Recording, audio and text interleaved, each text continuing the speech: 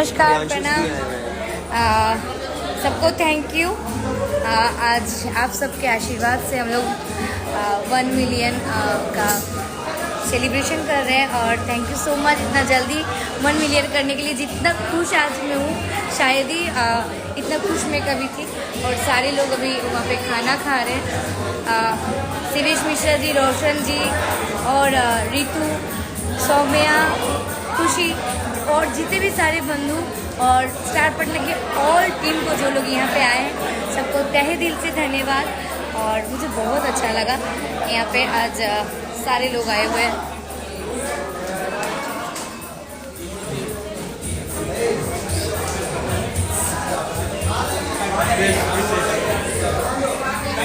खाना बेच पैकिंग का बोल रही थी,